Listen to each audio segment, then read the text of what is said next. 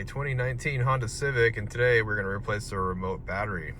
All right, so the first thing you're going to want to do to get the battery out is we're going to remove the emergency key that's at the bottom of the remote, and you have a button here that we're going to go ahead and switch over to the right. Switch over to the right, and you can pull the emergency key out. Now we're going to need to split the remote open. You notice that there's a seam here, and to do that, we're going to use a flathead screwdriver.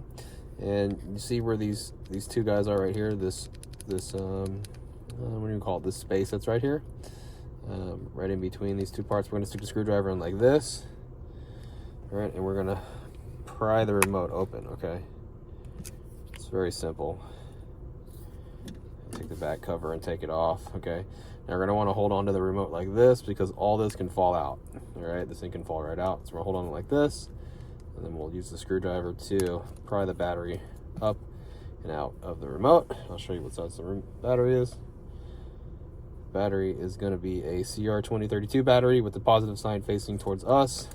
Stick it in the top of the remote first and then click it down like that. If you need a battery, you can go down in the description box. I'll have a link down there for the size and where you can get one on Amazon.